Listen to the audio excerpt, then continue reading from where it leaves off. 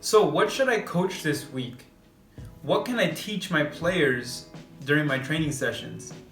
If you're having these questions, then hopefully today we can answer ways to get ideas of what to coach for the week. Welcome back, everybody, to La Vida Fútbol. My name is Luis Laureano, and today we're going to talk about how to get some coaching ideas. So now, one of the best advice that I got as an assistant coach was to watch soccer. Yes, it might seem so simple, but not too many people do it. So now this is one of the best ways for you to get ideas of what to coach. Depending on which age group you're coaching, you could always get ideas by simply going to watch soccer games in the age group that you are coaching. Now, when you watch, unfortunately, what you're looking out for is the things that the players can't do. So these are the things that you want to look out for. Are they lacking? Is this age group that you're coaching lacking some technical abilities, decision making, fitness? So depending on which level you're coaching at, depending on which age group you're coaching, watching soccer games can definitely help give you some ideas as to what you can coach. So at minimum, you're probably watching at least one game per week, meaning your team. But that is not always the same. It's not the same as going on a weekend and watching perhaps the rivals or perhaps just different age groups just underneath your age group or right above your age group.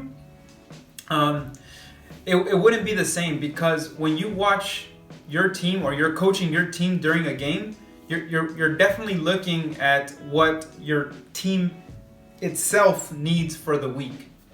But as you move away from your team, you can kind of start focusing on other elements of the technical abilities, the decision making. You can think about the attitudes of this age group or this league that you're coaching at.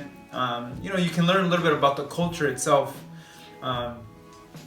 So this is what I mean. Now, if you only have time to watch your team play, then it would also be a good idea for you to record your sessions, to record your games, and get ideas based from that, right? So not only does that help you get ideas as to what you can coach, but it can also give you ideas as to how you can improve yourself as a coach.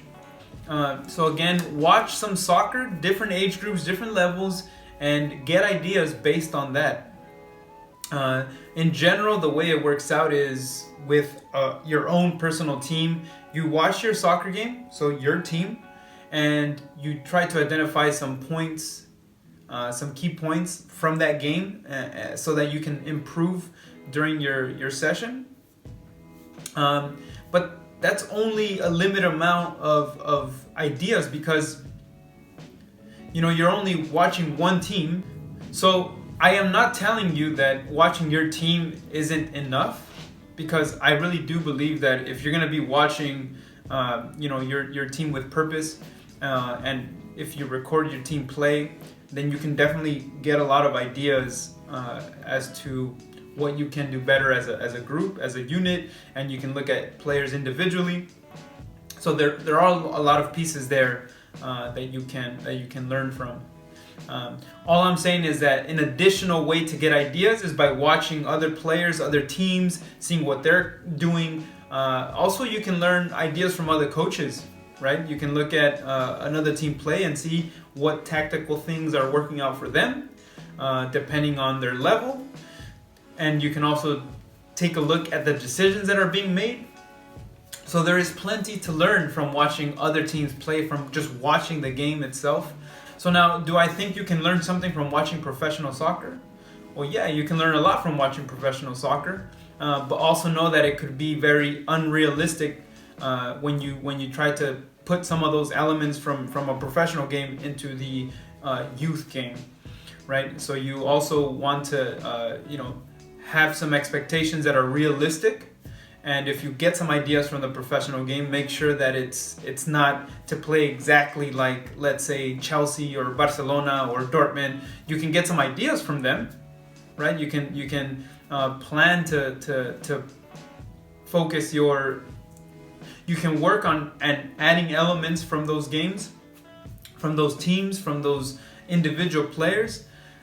You can definitely get some ideas, but to try to make your team play like one of these professional teams could be a little bit selfish on your part, first of all, and unrealistic and unfair to your players. Okay, so now I hope this helps. If you guys have any questions as to what to look out for in regards to you watching a soccer game, then comment some questions below, and I'll be happy to answer those questions. If you already watch other teams play, also comment that below. Let me know how often you do it. But otherwise, if you like the video, hit that like button. If you want to keep learning with La Vida Fútbol, then subscribe to the channel. Thank you guys for watching, and I'll talk to you guys soon.